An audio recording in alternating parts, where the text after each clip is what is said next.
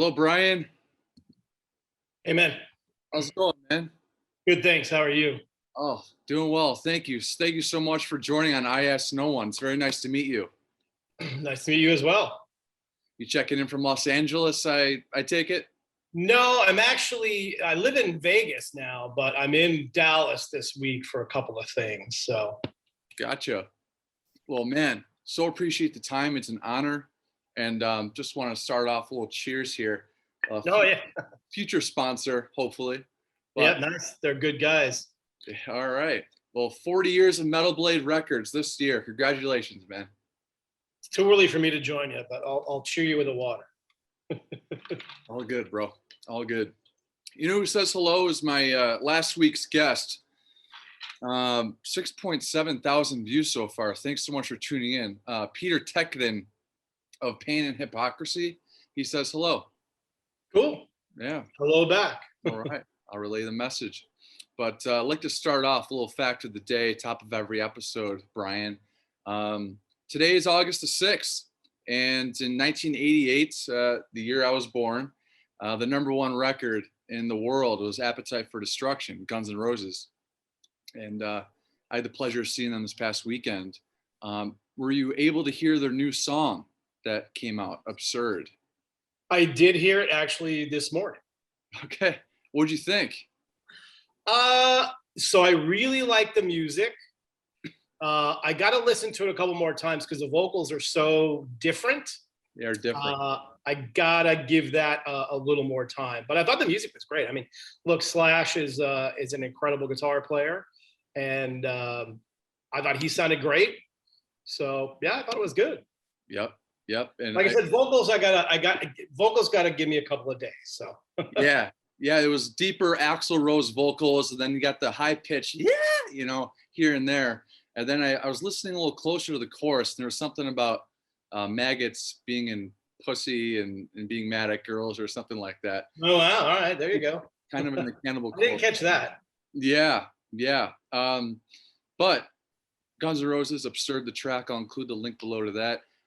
Quote, and GNR, you earlier in your career, Brian, you passed on them. They were a little too glam for you. Was that correct? I didn't even pass on them. They were playing LA, and I knew their manager really well. I actually knew the guy that did their original demos and everything. And they all kept telling me, all my friends, you got to go see these guys. They're great. And I never did because their pictures look like glam. And I wasn't really into it. And then of course, Appetite comes out. I'm like, oh my God, this is incredible. I couldn't believe how good it was. And we actually ended up doing a lot of marketing and promotion for that record when it came out. So we did get to work with them kind of, sort of. Awesome. Okay. When you were, when people were introducing or trying to introduce the band to you, was this like 85, 86? Yeah, it's when they were playing, like, the Roxy and the Whiskey in LA. So right around that time frame. And okay. I never listened to the demo. I never went to see them. I was just like, nah, I'm not interested. Gotcha. Whoops. Had to ask you about that. And quote of the day, today's quote is, I didn't even know who said it, but I really liked it. What is most visible is rarely most valuable. And with that, just like to introduce once again, Brian Slagel, CEO, founder of Metal Blade Records, established in 1981 in LA. Me being a diehard Metallica fan, 38 times around the world, it's pretty obvious the impact that you had with the band. And I want to get to that real soon here. But my first question to you, Brian, what's the main thing you look for in signing a band? There's really not any formula or anything that I'm particularly looking for. A couple things, though. I mean, honestly, it's whatever just hits me that I like it, and it doesn't really have to be any specific form. But there are a couple of things that we do kind of, in addition to that, look for. I think the most important thing for me is something that's a little bit different. Doesn't sound like anybody else. Doesn't sound like every other band that's out there. And I always encourage bands to, like, if you're going to do stuff, like, it's okay to have influences and be influenced by them, but don't sound like them.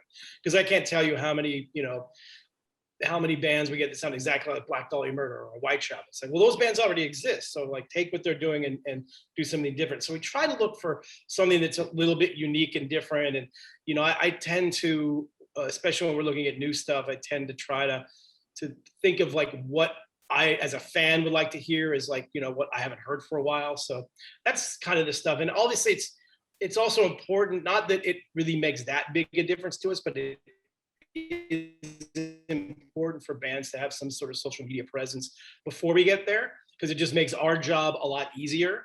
But it's not that important. We've also signed bands that had no social media presence. So is there an ingredient that some of these world-renowned bands have that really make them world famous? I mean, is there a special ingredient that they have to be that successful on a global scale?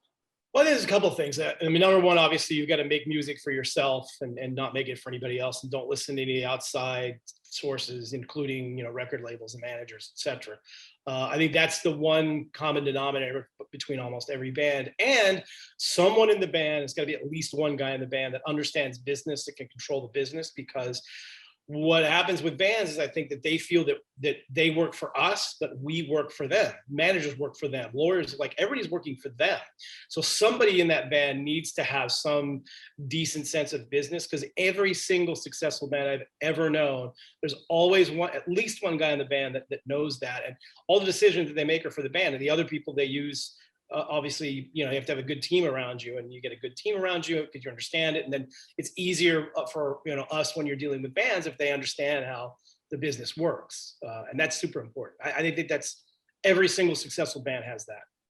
And I think it's pretty obvious who that person was in when you met these guys, Metallica, Lars Ulrich, I'm sure.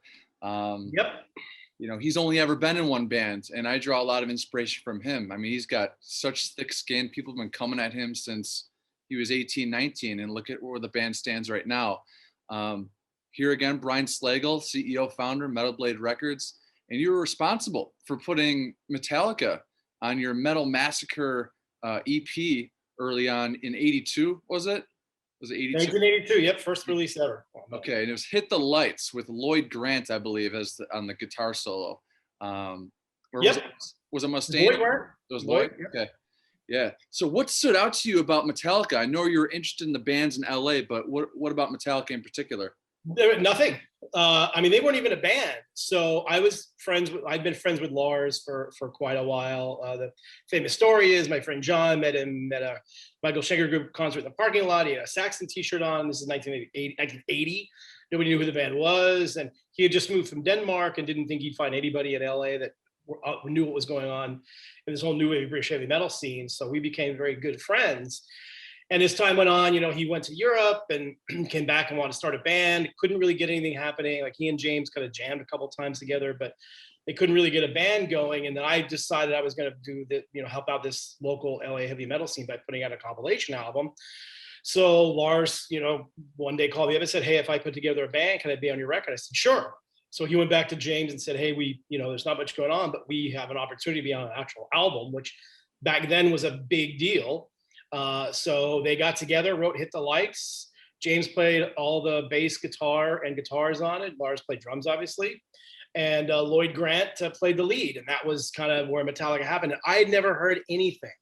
I didn't even hear that song until after the record came out, because we had a deadline. And I kept telling Lars, the deadline is this day. We can't go beyond this deadline. And so literally the day of the deadline, he drove to the studio. We were putting together the record with a cassette tape of Hit the Lights and dropped it off. And that was it. I didn't even hear it until later. Then I heard it. I was like, oh, this actually isn't too bad. So I had no idea what to expect. Oh, man. That is so cool, man. So you met Lars first. Any funny moments with James Hetfield back then? Well, I think the first 3 or 4 times I met James, he might have said 3 words. Like he was insanely shy, as always, Lars. And, he obviously eventually kind of came around a little bit, but in the really early days, like I said, the first 2 or 3 times I met him and when they played, he said maybe 2 or 3 words, maybe. Okay. Yeah. Wow. Like that. But well, that's just, I'm a very big Metallica fan. As I mentioned, they celebrate 40 years being together this year. Metal Blade 40 years as well. It's just really special. Now, Cliff Burton, R.I.P. Cliff Burton, who passed away, their original bassist in 86. Did you have a chance to meet Cliff at all? Oh, 1,000,000%. So I actually was the one responsible for him being in the band.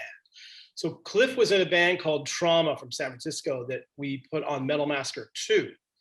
And they had come down to play a show at the Troubadour. I went, and the band was okay, but the bass player, Cliff, was unbelievable. Like he was this, all you could do is watch him. It's just this guy in, you know, all jean jacket, bell bottom, just whirling around. I was like, oh my God, this guy's incredible. Exactly. So literally a couple weeks later, Lars said, hey, you know, we were looking to upgrade our bass player. We love Ron, he's a great guy, but as they were getting better as musicians, they felt they needed to have a better bass player in the band. So I said, well, this band Trauma that I just saw, their bass player is incredible. Band's like, eh. So, and they're playing here at the Troubadour again in a couple of weeks. So you guys should come. So sure enough, Lars and James showed up. And I'd say maybe 2 or 3 songs into the set, Lars goes, that guy's going to be our bass player. I'm like, yeah, sure, whatever, Lars. But he would say stuff like that and make it happen. Obviously, he made it happen. And I had the pleasure of hanging out with Cliff many, many, many times, and a super great guy, incredibly intelligent. We were all just young, dumb kids at that point. And he was so smart, and he had all sorts of interests outside of metal, and even his musical interests were kind of diverse. And he was always a really fascinating guy to talk to because he had a lot of really, really smart views on things. And I always had a great time with him. Really great guy, and super big metal fan, and obviously, you know, made an incredible mark in history. And his dad, who we all know forever, you know, kind of carried on the legacy for a long time too. So yes, all right, good people, really good people. Burton. Yeah, Ray Burton and Jan and Cliff's brother, the almighty Cliff Burton, man. So, so Cliff, when you say intelligent though, was it he'd look you in the eye when he talks to you? What were some things that really jumped out at you about his intelligence? Was he? I know. Well, yeah, there's definitely that, but he also, like I said, we were all young kids and weren't very worldly, or, you know, we were kind of all fixated on metal at that time. So it wasn't a lot of stuff going on.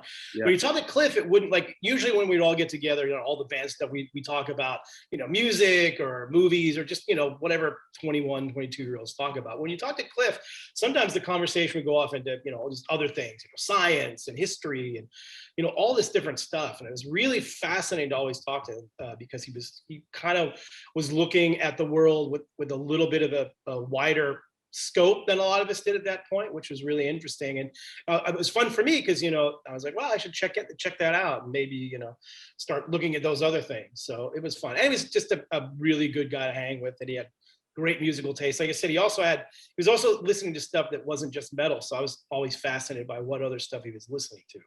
Yeah, he definitely had a big taste all over the place in music. And one of my favorite things to do on I Ask No One, this podcast born out of the quarantine, is to connect with people who were friends or family members with some of my heroes that are no longer here, Cliff Burton being one of them. So thanks so much for sharing that. It's really cool. But just to stay with Metallica for just a little bit more, the Black Album, it turns 30 years old this year. It turns 30 years old next week. So you were with the band, you know, 1,000,000% you were with the band there in the early days. And I always wondered, Brian, I'm a Black Album guy. So did you have any fun times or notable moments with the band during their big ass days in the early 90s with the Black Album? Oh yeah, there's a million stories.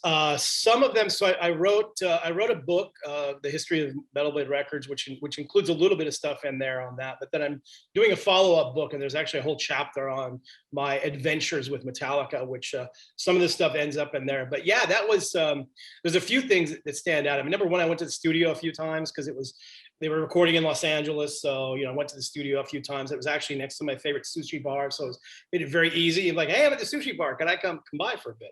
So it was pretty cool being involved in that. And then I remember when they had it finished, Lars was in LA doing like a press thing. And he said, hey, I have the new record. I want to play it for you. I was okay, cool. Because this is way before there were advanced copies of things. And I think he played it to me on a cassette.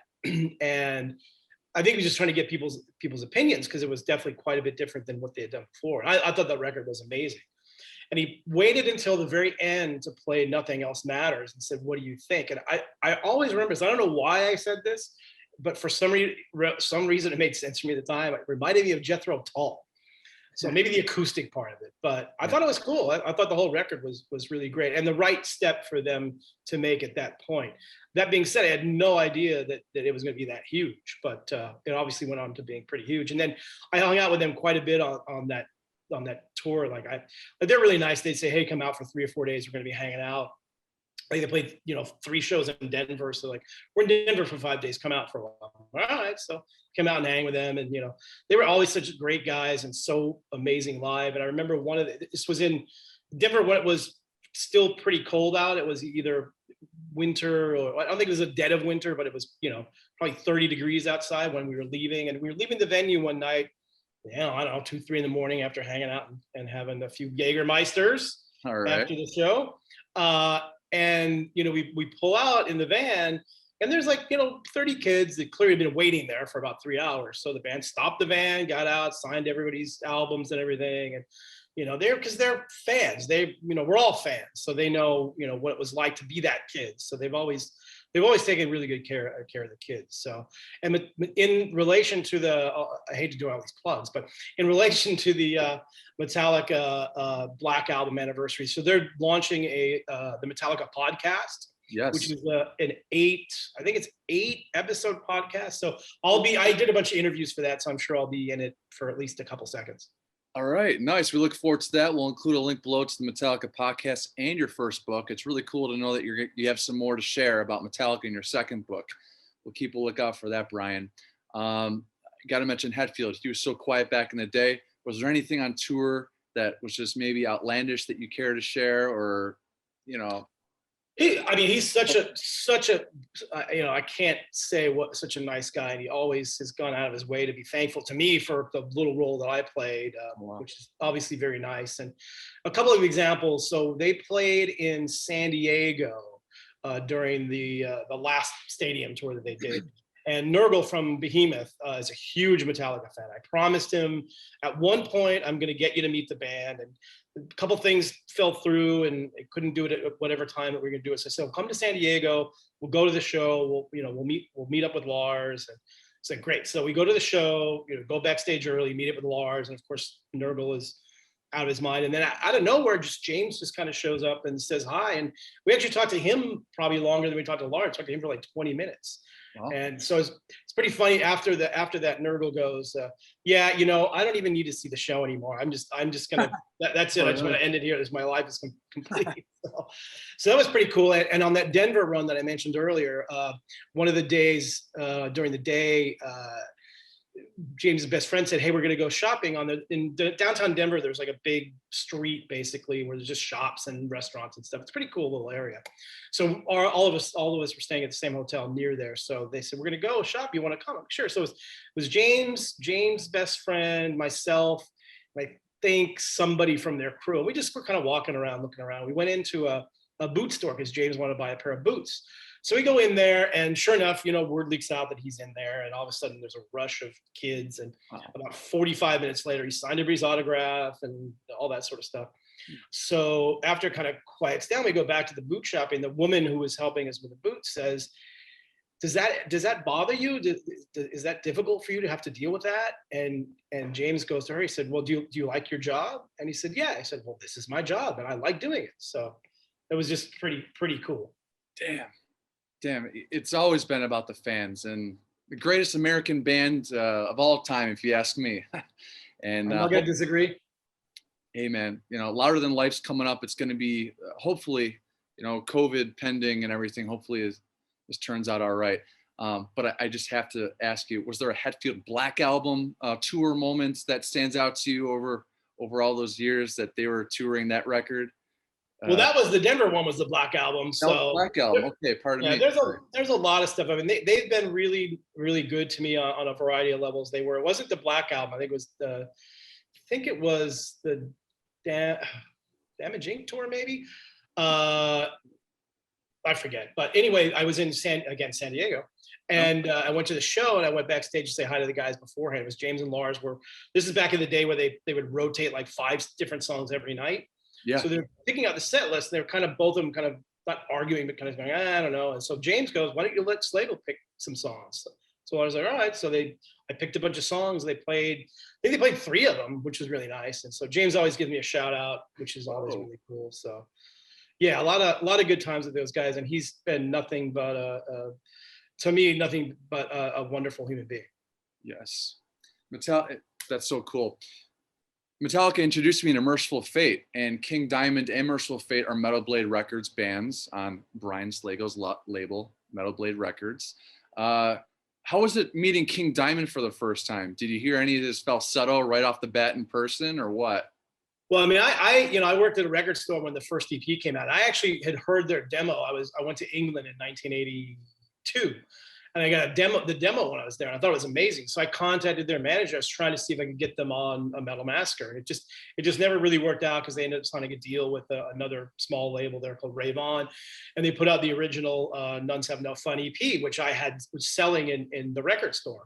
So I was very well aware of them, obviously. They finally came to America touring off the first album, and I went to see them, and I don't think I met the band then. I was talking to King the other day, and I was trying to remember exactly when we first met. I think it might have been when they were out touring and they had Trouble, which was a metal band at the time, opening for them. So I'm pretty sure, I think it was in New York. I went backstage and said hi, and he was super nice, and I just became friends with him because he was a really good guy, and obviously, big metalhead, and all of the above. So I became friends with him. And then when, their deal with Roadrunner was more or less up, we got the opportunity to work with him, and it's been nothing but phenomenal. He's a great guy, become one of my best friends, and just, it's a pleasure to work with him. And he's, such an incredible talent. And now we're lucky enough, we actually bought all the Roadrunner catalogs. So now all the Mercyful Fate and King Diamond catalog all lives within the Metal Blade family. So we're super happy with that. Nice, man. Nice. And you're in Dallas right now. That's where he lives, right? You guys gonna check up, or? I'm hoping to see him sometime in the next few days. So killer. Well, if you could tell him Kevin from Buffalo says hello. Hey, man. All right. Thanks. You got it. So yeah, with Mercyful Fate, hopefully they're gonna be playing some shows in the next few years. I know it was gonna happen in 2020. New record, possibly? Yeah, there's definitely gonna be a new record. They're working on it now. King's working on his new solo record, and concurrently he's also working on a new Mercyful Fate record. And the cool thing with his mindset on both of those is that he's kind of going back to the early days of both King Diamond and Mercyful Fate in terms of how the songs are structured and how he's singing. So I haven't heard much of anything. I heard a couple of King Diamond riffs. I know the whole story. He's got the whole lyrics and everything for the King Diamond. Obviously, we know it's called The Institute and all that sort of stuff. So I'm excited to hear some of both of this stuff, and obviously excited to see them play again, because Mercyful Fate, that's kind of how I got involved with King in the first place. I was always wanted to rectify Mercyful Fate because they're one of my favorite bands of all time, and it's kind of bummer that they stopped making music. And so I was lucky enough, just the planets kind of aligned where they wanting to get back together, and I wanted to get them back together, so we started working together. So it's awesome to see them back again, because I've been begging King to do this for years. It worked out finally. Oh, that is awesome. I mean, there's a reason why the focal point of my battle jacket is Mr. King Diamond here. Yeah, very nice. Yeah, love it. So you're a hockey fan. Buffalo is a big hockey town. Unfortunately, in the past 10, 15 years, it's been pretty bad, the Buffalo Sabres. But I do have many, many good moments. In fact, when we saw Cannibal Corpse here in Town Ballroom, I was shooting the shit with Alex Webster. Where the fuck is it? I got the Buffalo Sabres, the 90s. Oh, cool. I love those jerseys. Yeah. I like the new one, the old school new ones too, but. Oh, yeah, the retro, it's just classic, but the goat, we call it the goat head. The goat Sabres. Good memories watching the Sabres back when? And I've always liked the Sabres. I'm a hockey fan. I have team. Obviously, I grew up in LA, so the Kings are a team, and now in Vegas. So I like the Knights, although I'm not sure I like them for what they've done in the last couple of weeks. But that's another story. But yeah, I've always liked the Sabres. And I went to, oh gosh, I'm trying to think. I've went to 4 or 5 games with the Cannibal guys in the old Odd in Buffalo. Oh, so nice. That was super fun. I haven't been to the new stadium yet, which kind of I don't know why. I've seen a game in every NHL city except for Winnipeg. But I haven't been to the new building in Buffalo yet. But I think if they can, I don't know, the Sabres are frustrated because they have so many good players. Obviously, it looks like they're going to lose Eichel, but they're probably going to get a lot for him, which is good. Rasmus Dahlin, which is a defenseman who I saw, I honestly thought he was one of the best defensive prospects I've ever seen.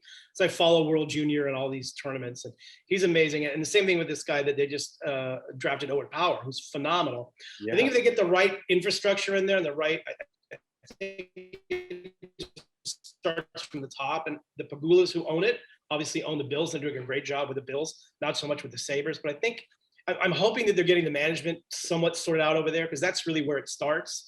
If they can get that going, they've got a lot of talent, and they're going to have a lot more talent. They, give them 4 or 5 years if they got the right people involved, they're going to be good. Finally, like the Bills. Yeah, I mean, Brian Slagel, talking about our Sabres and Bills, who we hold near and dear. We could have an entire episode on Buffalo sports. And you sound like you should be on ESPN or something talking hockey. Damn. I wish. Yeah, let's go Buffalo. So, it's from Buffalo. It's Cannibal Corpse and Goo Goo Dolls, Cannibal Corpse is still on Metal Blade Records, and that's where we want to start real quick. How did you discover a Buffalo band named Cannibal Corpse? So Mike Faley, who works at Metal Blade, has been at Metal Blade for 30 some odd years at this point, was from Buffalo.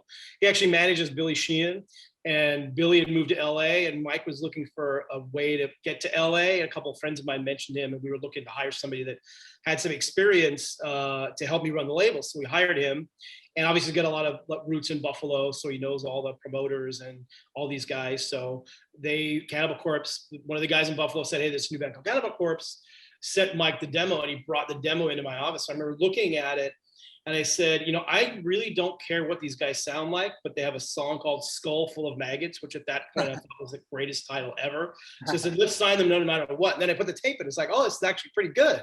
So yeah, we ended up signing them within probably a week after getting the demo tape, basically. Are Cannibal Corpse Metal Blade Records' flagship band, would you say? I mean, there's a few. I mean, we've been lucky to have bands for most of their careers. I mean, Cannibal, we've had their entire career. Amon Amarth, we've had for their entire career. Bands like Fate's Warning and Armoured Saint, haven't been for the entire career, but a lot of Iguar. So there's a lot of stuff, but, certainly Cannibal, absolutely, one of the best. And they're one of the easiest bands to ever work with. Great guys. And I'm super happy all the success they've had. This last record was one of the biggest records they've ever had, which is incredible. And I'm going to get to see them finally in person in a couple weeks in Vegas at Psycho Fest, considering I haven't seen them in person for 2 years. Killer, man. Wow. Well, Jason Newsted, I would say he invented something like this, the windmill, and Corpsegrinder doing that. It's like a goddamn weed whacker up on stage. You never see anything like it. To anyone who hasn't seen Cannibal Corpse, you have to see that in person. Brian, is that the gnarliest headbang you've ever seen, or what? He's not a human being, I don't think. I mean, that guy, he's not a young guy anymore, and he's still doing it at an unbelievable level. Yeah, I've seen a lot of people do it, but I've never seen anybody do it as consistently well as he does. And even today, it's like, how are you not like in traction or something after doing that the whole tour? This next song is about shooting blood from your cock, and he just breaks into it. Oh, it's the best. And then on the other spectrum, Goo Goo Dolls. You signed Goo Goo Dolls for Metal Blade Records, man. Were the Goo Goo Dolls like, they were really punky back then, or heavy, or? Yeah. So when they first started, in fact, they actually played 2 shows in Buffalo with Cannibal Corpse and did okay. Oh, so really? Yeah. So they're a punk rock band. We had a subsidiary label called Death Records, where we had Corrosion Conformity, DRI, The Mentors, Dr. No, and a couple other punk bands. So same Buffalo connection with, Mike Faley. And at this point, we had a guy named William Howell, DJ Will, who's out there. And they had heard the first Goo Goo Dolls album, and they brought it in and said, hey, this might be something cool for Death. So I listened to it and thought it was great. And so we signed them immediately and worked with them for years. And it's funny, like I was listening to, so weird story, but I was watching NFL football, and I think probably was the Bills. And one of the breaks that they had was Goo Goo Dolls, like an old Goo Goo Dolls song. I was like, wow, I haven't listened to that song in a long time. I went back and listened to it. And those first 3 or 4 Goo Goo Dolls records, I forgot how much they sound exactly like the Foo Fighters. And I know Dave Grohl's a big Metal Blade fan and a big metalhead, and obviously loves stuff like that. I was like, man, some of this stuff sounds exactly like Foo Fighters stuff now. So yeah, they were a great punk rock band, and we were making the big hit record and a Boy Named Goo. And so at the very end, Johnny came. It's a pretty hard rock record, but we thought really great. And Johnny came at the end. He had wrote this acoustic song and just recorded it really just kind of at the end of it. And I remember he came to me and said, hey, you know what? I recorded the song. It doesn't sound like the rest of the record. Should we put it on or should we hold it? And I listened to it. I thought, you know what? That's a pretty good song. It's might as well put it on. It's not going to hurt. So we put it on the record. And then next thing you know, you were promoting the record, and it's doing pretty well. But Kevin Weatherly, who is the program director of K-Rock in LA, at that point, probably had the biggest reach and the most important program director of radio. This is when radio could make bands. And one night on K-Rock, he put Name up there, and the response was incredible. And the next thing you know, talking about overnight sensation. I mean, they've been working for years and years and years, you know, doing well, but not quite getting to where we thought they were going to get. And then overnight, that song blew up, and the band blew up, and then they kind of went more in that direction. But at the heart, those guys are a really great punk band. Punk rockers. Okay, I'll take a look at some of their early stuff. I'm really only familiar with that mainstream, to be quite honest. You'll like the early stuff. It's definitely it's got punk with a good edge to it. First table I ever bust in 2007 were the Goo Goo Dolls, and Johnny asked for a sparkling Pellegrino with lime, and I remember I opened up the bottle and the top fell underneath the table, and he's like, "Oh, don't worry, man, we'll get that." And I was just like, "Oh my god." Working class Buffalo guys, you know. Yeah, man. I was nervous as shit. But Rammstein, they popped on your radar around the 90s too. What stood out to you about the almighty Rammstein? Yeah, I was in, so our office, our European office is located in Germany. So I would spend a lot of time over there, especially when we were kind of putting it together. And I was there in 1985 when the first Rammstein record came out. I was in my hotel at night, and there's not much to watch on German TV. There's like, you know, at that point, there's like one English channel and, you know, whatever else. But they did have, like they had their version of MTV, which was playing all videos called Viva. As I was watching it, all of a sudden this video come on from this band Rammstein. I'm like, oh my God, what is this? I've never seen this before. This is amazing. So I went in the next day and they said, tell me about this band Rammstein. And they told me the whole thing. So I went out and bought the record, listened to it, thought it was amazing, got in touch with their management because they were on, at that point, they were on an independent German label. I said, hey, you know, records, and we have something in the States. I think the band is amazing. Maybe we can license the record for the States. And they were like, yeah, that sounds good. And we could talk for a while. They came over to LA, America, and they played in LA. They opened for, I believe it was Skinny Puppy. And of course, they're amazing. The manager was there. We were talking. We kind of got pretty far along. Then the band got so big in Germany that the label that they were on was bought by Polygram. And so when Polygram bought it, they basically told us, like, you guys can't put it out because it's got to go out to the Polygram family. And we were at Warner Brothers at that time. But my good friends in Slash Records, who had Faith No More, Epic, The Real Thing album, which we also worked production on, they ended up putting it out, which is good because they're good friends of mine. Of course, they blew up. And now, if you haven't seen them live, you have to go see them live. I don't know, I was trying to figure this out the other day during COVID when I was bored. I think I've seen around 6,000 concerts. Yeah. And Rammstein, far and away, the best. Brian, I'm with you. And as diehard Metallica fans as we are, Rammstein, they're all professional pyrotechnicians. They're going to be doing stadiums next summer in 2022. Me, we'll be there, we'll be there in Philly, down there for that. But thanks. Yeah, Till Lindemann. Any first impressions of him when you first met him? Was he quiet, just like James, or? Yeah, so I actually had met the guitar players, strangely enough, at a strip club in Phoenix. I used to have a place in Phoenix, and I was there with a couple of friends of mine, and they were there, and I kind of went up and talked to them. They were super cool, so kind of joined the party for a bit and talked to them for a while. And I've been friendly with them a bit, and then I know the drummer because Lizzy Borden, who's another really good friend of mine, his brother, who's drummer, and Lizzy Borden is good friends with Christoph. So I have all these people around him, and as it turns out, the guy who books King Diamond worldwide also books Rammstein. So I had gone to see Rammstein in Dallas just on a whim. I didn't ask for tickets or anything, and I saw my buddy who books them there, and he actually brought King there.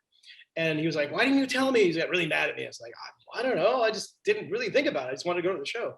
So they played Vegas a couple nights later. So I went to the show. It was amazing. The following night, I went to one of my probably my favorite hangout in Vegas was a restaurant bar called Scarpetta at the Cosmo, because I know everybody that works there and they treat me really well. So I walk in, and when you walk into the restaurant, it's like a long bar hallway, and then in the back there's a private room. And so the manager says, hey, there's a German heavy metal band in the private room back there. So I'm first thinking like Scorpions, Accept, and then I look, it's Rammstein. Like, oh shoot. So I could see it was kind of winding down. So I walked in to say hi to my friend who books them, and Till was there. He said, oh, let me introduce you to Till. So he said, hey, Till, this is, Brian Slagel from Metal Blade. He goes, yeah. He said, he just went to see you in Dallas. He flies all over the world to see you. And Till goes, why would you do that? I go, dude, you guys are amazing. He's like so humble. It was really pretty incredible. Super nice guy, but very unbelievably humble. Yeah. Oh, seen him 4 times, Quebec City. Eyebrows burning off. It's amazing, man. Amazing. You bring up Lizzy Borden, Brian, and I got a question from one of my best friends, Mike Lane of San Pedro, California. He's the drummer and frontman, actually singer of a band, Detriment, San Pedro death metal pioneers, Detriment. And he asked you, was Lizzy Borden's Master of Disguise the breakthrough album for Metal Blade Records? It's a good question. It's hard to say, there's been so many, along the way, there's so many kind of seminal albums. Like obviously the early Slayer stuff was kind of put us on the map. We're obviously big records. But in that mid 80s, certainly, Visualize it really well for him. And then Master was another big release. So yeah, I mean, it's all part of the stepping stone. And, I mentioned earlier, bands that have been on Metal Blade their whole career. Lizzy Borden, also another one who's living down the street from me in Vegas. So we see each other all the time. So yeah, that was certainly another stepping stone in terms of the label getting to, kind of being bigger, I guess. Gotcha. I've seen Detriment live at the Whiskey a few times. They kick ass, man. They go this way, they go that way. Really progressive, just a great sound. Detriment all the way, man. Detriment up your ass. But right here, today, we have Brian Slagel, Metal Blade Records, CEO, founder, completely honored. For every new subscribe, I make a little donation to the American Foundation Suicide Prevention. If you find any value in what you're seeing so far to our reviewers, subscribe is always appreciated. That's awesome, by the way. Thanks, man. I'm on the board here in Western New York. I'm a survivor myself. Lost a friend of mine, so really appreciate that. But with Metal Blade Records, that was a one-man show from 81 to 88, I understand. The first 3 years from 82 to 85, it was just me and my mom's garage, basically.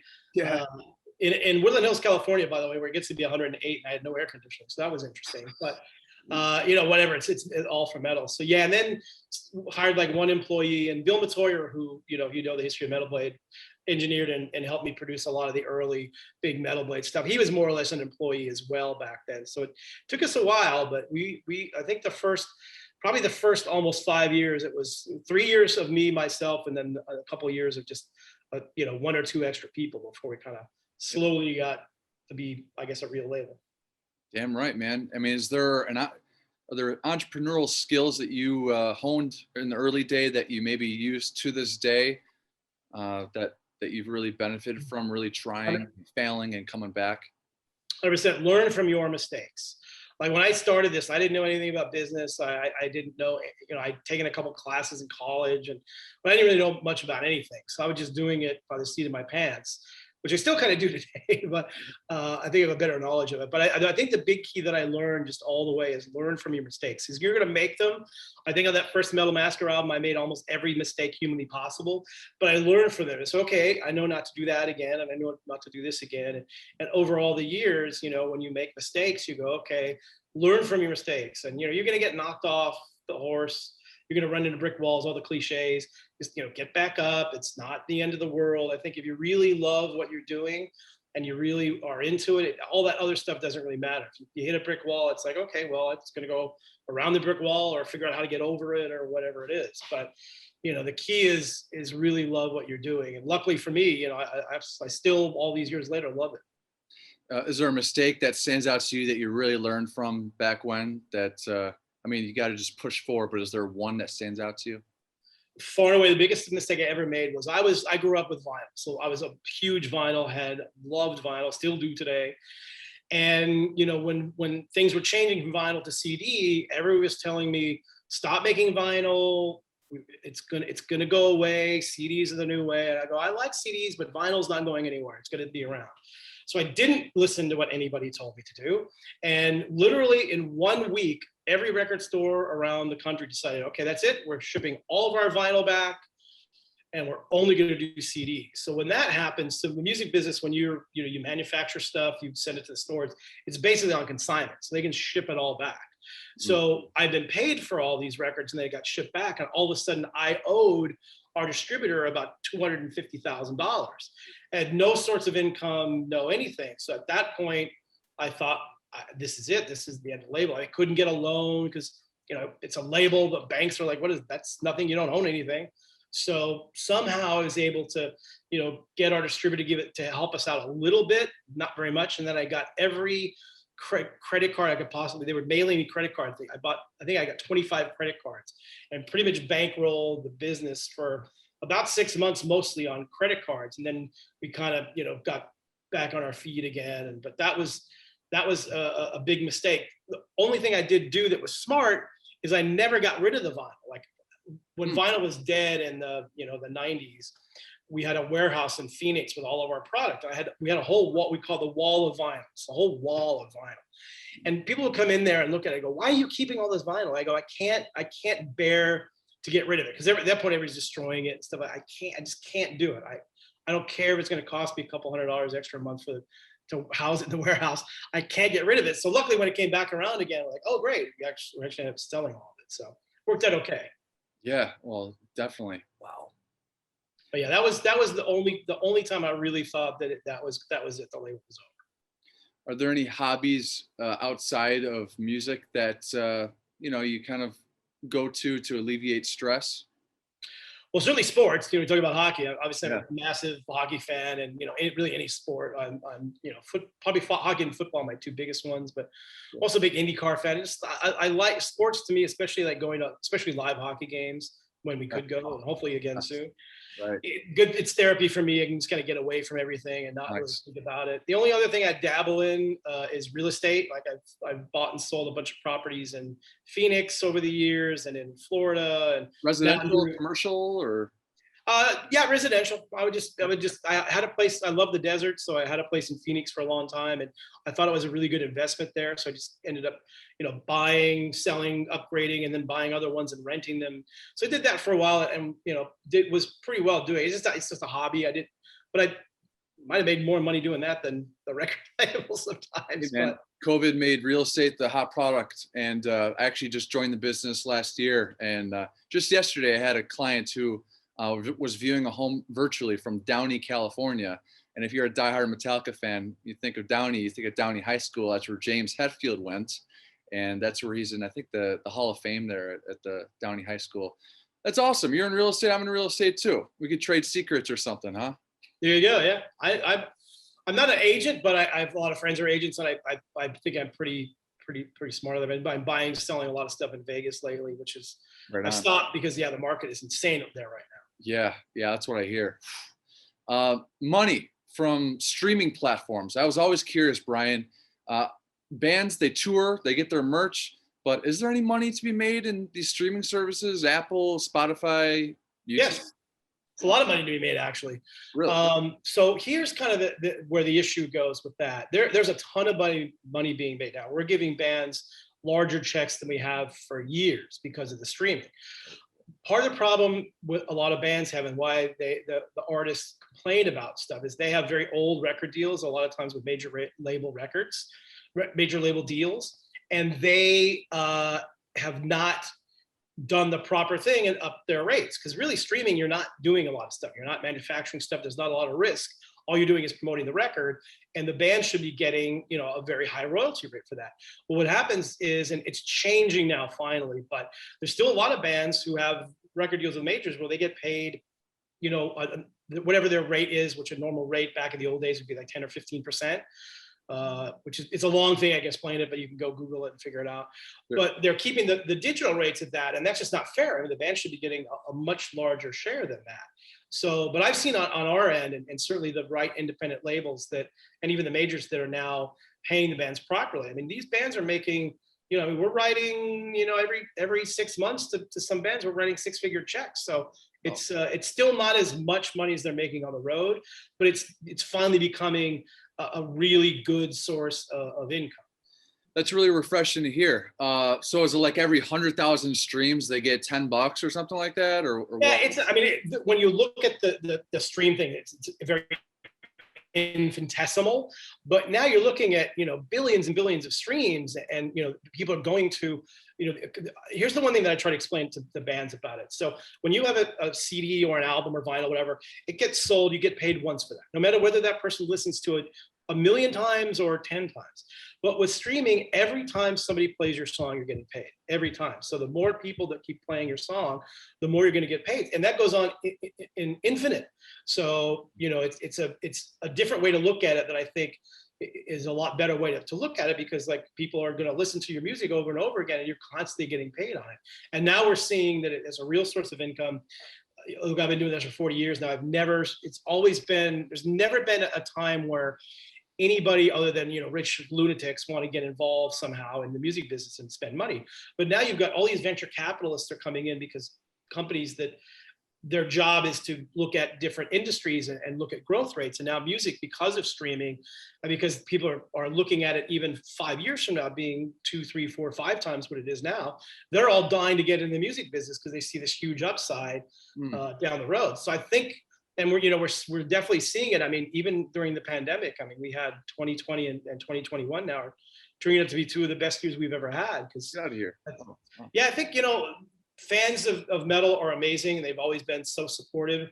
I think now, because obviously they're not going to concerts, so they're not spending money on that, they're doing things in other ways. They're, you know, streaming a lot of music, they're buying all the physical product, they're buying band merch, which is great. So that's kind of helped keep these bands afloat until hopefully concerts start up for good.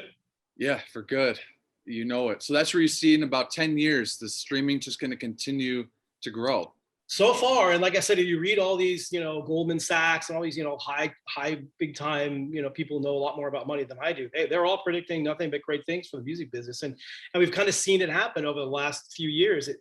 Every year, it's bigger and bigger and bigger and bigger. And Metal Blade Records will be right there, 2031. Yeah, 41. we're not going anywhere. Hopefully, knock on wood, brother. Yeah, hell yeah. Last few questions here, Brian. Thank you so much again. We got Brian Slagel here, CEO, founder, Metal Blade Records. True fucking honor. What are the top 3 songs right now, or maybe historically, that give you goosebumps? Are there 3 metal songs that stand out to you that it's just like, whoa? Yeah. I mean, there's a lot, but to narrow it down to 3 is both difficult and easy at the same time. So number 1, forever will be my number 1 song of all time, "Hallowed Be Thy Name" by Iron Maiden. So that is the perfect, and for me, that's the perfect metal song ever written. Everything about that song is perfect. Probably number 2, I'd say, so number 2 is, well, it's really 2 songs in one, but they kind of go together. It's well, I'll give you one of them just so it doesn't sound lame. But "A Light in the Black" by Rainbow from their Rainbow Rising record, which is the final song on there, which is also just every time I hear that record, that song, I just go, oh my God, that's amazing. And then probably the third one would be my favorite metal riff of all time is Black Sabbath's "Symptom of the Universe." Sabotage record, which, by the way, Rhino just did an unbelievable box set, both vinyl and CD of that, with all this extra content. It's incredible. So yeah, good stuff. So those are probably my top 3. I'm an old guy, so I go back to the classic stuff. Love it, man. Love it. Just a few bullet points on each of those songs. "Hallowed Be Thy Name," Lars Ulrich, one of his favorite, most influential drummers, I think it was Clive Owen. Clive Burr. Okay. R.I.P. Clive Burr, one of the guys Lars loves. And then the second one was, help me out here. I'm so sorry. Did I pick? Yeah. "Light in the Black" by Rainbow. Yes. Metallica came out with the medley. Completely introduced me to Rainbow. That Rainbow Rising song. one of the most overdue patches. I got to get Rainbow Rising on here. And the third one, we had The Symptom of the Universe and Sabotage. That's Kerry King of Slayer's favorite Black Sabbath record. And Rhino's been doing a really cool job with these re-releases of Black Sabbath records and these box sets. I'm a Volume 4 guy, love it. And they, with the Black Album box set coming out here soon, Rhino actually has their own Black Album jacket, a replica of the Black Album tour jacket. Oh wow, I haven't even seen that. Yeah. You know, Nikki, your assistant Nikki, she's been so helpful and so easy to work with. And I'll email her a link to that. Maybe she could bring it over to you. And, yeah, thanks. Yeah, she's great. Yeah, no problem. And then next week I got John Bush, your buddy John Bush of Armored Saint, joining us. And I've seen in other interviews, Brian, over the years, you really champion the Symbol of Salvation record by Armored Saints. Why are you most proud about that record that came out in '91? So obviously Armoured Saint started out with us, and I think that our second actual band release was their EP. And they were the first band, and we're very, very good friends of mine as well. We used to all of us would hang out. Like we had the metal crew, Metallica, Bitch, Lizzy Borden, Steeler, Metallica, and Armored Saint. We'd all hang out and just go and party in various spots, stuff. So we were really good friends. But them getting signed to Chrysalis, they were the first band that started with us that got a major label deal, and that was really crucial moment for Metal Blade because we're just this tiny little label. Nobody really knew what was going on. I mean, them getting signed to Chrysalis, they were very great about saying where they came from in every major interview they did, and all these huge magazines that talked about Metal Blade Records. And that was really big for us because all of a sudden we had this mainstream sort of exposure, and a lot of people discovered us because of that. So they went through those Chrysalis years, and didn't work out the way we all wanted it to work out, unfortunately. But then the worst, they got dropped and everything was bad. And then the worst thing ever that happened, which was Dave Pritchard, their original guitar player, passed away from leukemia. So they were pretty much done as a band. They're like, they're burnt out and disappointed. And then Dave passed away, and they're like, we're done. But in the interim between them getting dropped by Chrysalis and then obviously this thing happening with Dave, they made all these incredible demos, and I had all of them, and I thought they were just unbelievable. And I went to the band one by one and said, you guys can't let this music go away. Like let's reform just at least to make the record. And so it was just kind of magical the way it worked out. Like, we had our deal with Warner Brothers, and I was able to get Dave Jordan, who did Jane's Addiction and Alice in Chains, to produce it.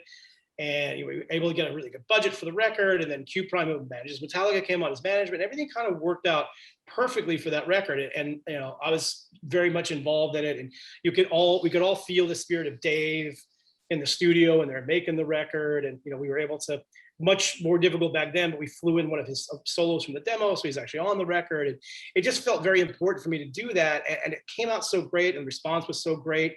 The only problem was that it came out in 1991. I firmly believe that record came out in 1989, it would have been massively huge. But by 1991, it was like metal, no, grunge, yes. Yeah, that's a good point. Yeah, but I still love that record, and just the fact that it happened, and the performances were great, and it sounds great, and yeah, it's my favorite all-time Metal Blade record. Wow. Last Train Home, it's like a Light in the Black. It's like the Rainbow Rising record. You listen to that. You ever listen to songs that when they end, it's like a bummer? Yeah, right? Oh yeah, listen to it again. Yeah. Last Train Home is definitely that song for me. Metal Blade Records for life, bro. I love that. Thank you. John Bush, do you have a question for him that I could pass along to him next week? I have so many that I could give you. By the way, another incredibly lifelong great friend, and to me, for sure, in my top 5 heavy metal singers of all time. I mean, just an unbelievable voice, and a really good guy. I got to think of a good question here. Let me think. Yeah, while you're thinking, to my viewers, John Bush is the lead singer of Armored Saints. He left Armored Saint, went with Anthrax through the 90s and early 2000s. John Bush is actually considered to replace Hetfield as the vocalist, while James kind of sits back and does rhythm guitar. Yeah, they were back in the early days. They were pretty heavily recruiting John, but John had grown up with the Armored Saint guys, and at that point, the two bands were pretty even. Even for a little while, even Armored Saint on the tour that they did with Metallica, the Saint Wasp Metallica tour. Armored Saint headlined over Metallica in LA actually. Huh. So, but yeah, so I'll do a hockey thing. So John's a big hockey fan. Oh, is he? His family are all hockey people. His son is an amazing hockey player. So you should ask him out of the blue because it'll freak him out. It's like, hey, tell me about your son. I heard he's a really good hockey player. That'll give him a couple of good minutes. All right, nice. I look forward to that. And just before we close, I gotta say, man, you do not age at all. You look the same as you did back in the 80s. So keep it up, man. Must be the music keeps me young, hopefully. Knock on wood. Yes, it does. Yes, it does. Thank you. Appreciate it, man. Thank you. Thank you for having me. It's a lot of fun. Yeah, good. Me too. So yeah, next week, John Bush, Anthrax. The week after that, we got Bumblefoot. He's going to talk a little about what he's been up to. He's a good guy as well. Nice. Yeah, you found any value to our viewers here? Like, subscribe. Really, really appreciate it. And stay happy, stay healthy, stay hungry, and stay heavy. We'll see you, Brian. Have a good one, brother. You too, man. Take care. Later.